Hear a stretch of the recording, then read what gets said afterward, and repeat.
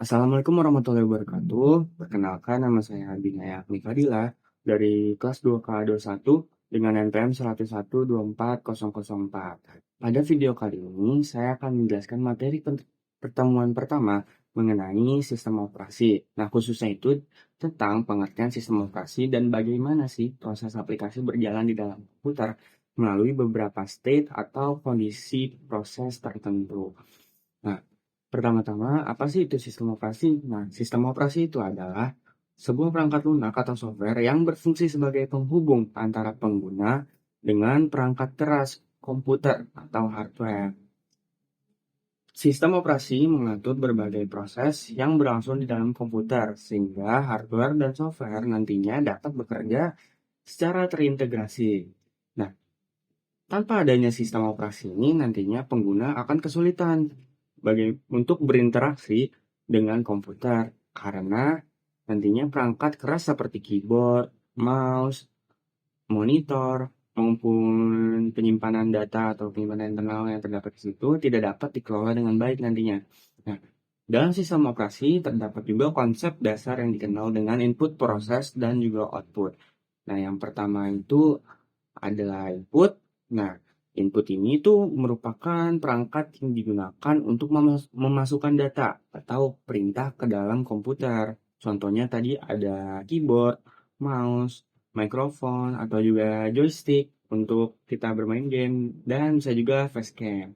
Nah, lanjut untuk yang kedua ada proses. Nah, pada tahap ini data yang diterima dari perangkat input akan diproses oleh komponen-komponen komputer seperti CPU, RAM, graphic card, dan juga WiFi card.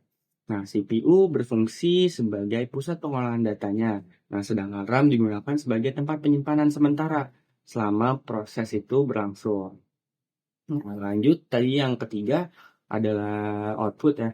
Nah, setelah data diproses nih, hasilnya akan ditampilkan melalui perangkat output seperti monitor, speaker, earphone, dan juga bisa printer. Nah, selanjutnya saya akan menjelaskan mengenai diagram state proses dalam sistem operasi. Nah, ketika sebuah program dijalankan, program tersebut tidak langsung selesai begitu saja. Nah, si programnya itu akan melewati beberapa tahapan atau step terlebih dahulu, yaitu ada new, ready, running, waiting, dan juga terminated.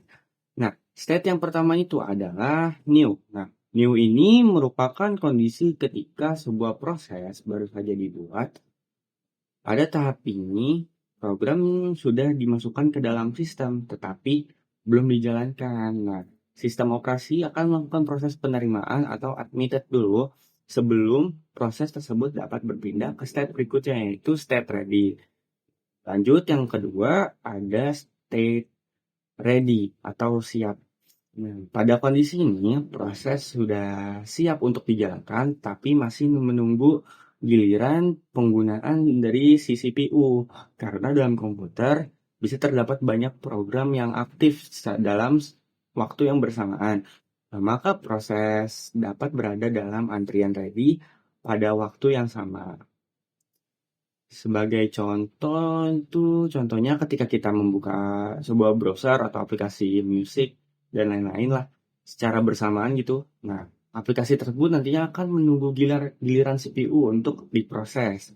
Nah, terus jika schedulernya atau pengatur proses dalam sistem operasinya memberikan giliran CPU kepada suatu proses, nah, maka proses tersebut akan berpindah ke state yang selanjutnya yaitu running.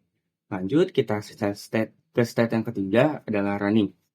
Running ini merupakan kondisi ketika proses sedang dijalankan oleh CPU. Nah, pada tahap inilah program juga benar-benar tuh bekerja dan menjalankan instruksi yang diberikan si usernya atau pengguna. Nah, namun saat berada pada state running, ada beberapa kemungkinan yang dapat terjadi.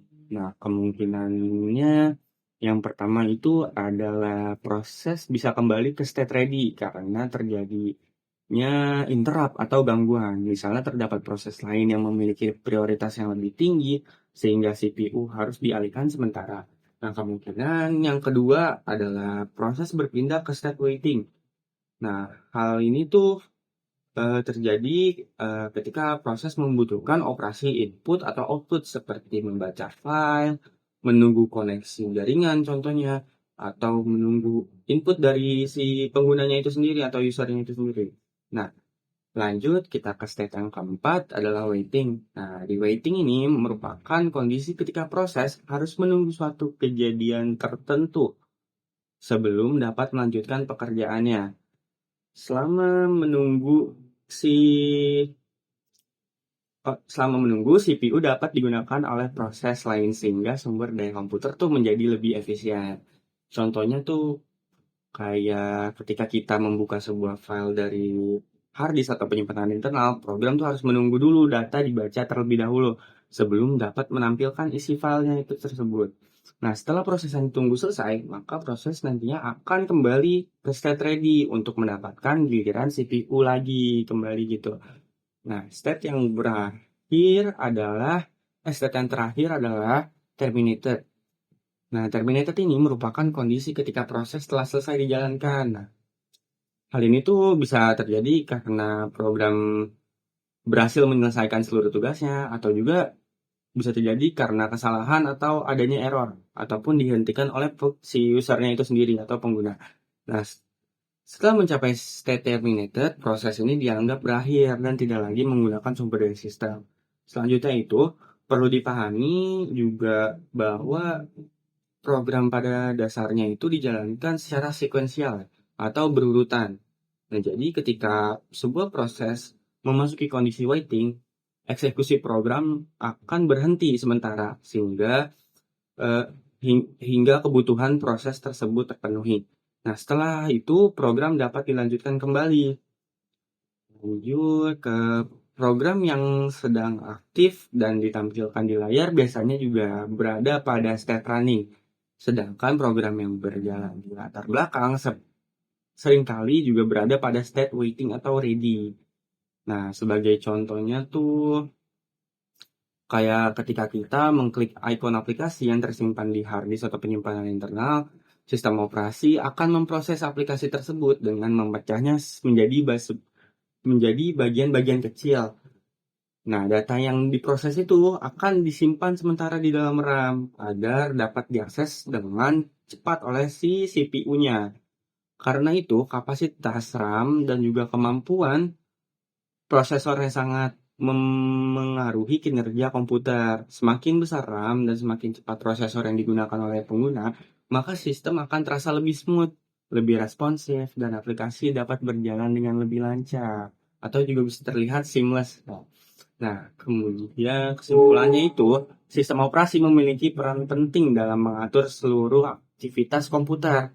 Nah, sistem operasi dapat mengelola proses input, proses pengolahan data, dan output. Selain itu juga, setiap aplikasi yang dijalankan akan melewati beberapa state, yaitu ada state new, ready, running, waiting, dan juga tadi terminated ya. Dengan memahami alur tersebut, kita dapat mengetahui bahwa sebuah program bekerja di dalam bagaimana sih sebuah program berjalan di dalam sistem komputer. Nah, oke, mungkin segitu saja. Sekian presentasi dari saya. Kurang lebihnya mohon maaf apabila ada kesalahan kata. Wassalamualaikum warahmatullahi wabarakatuh.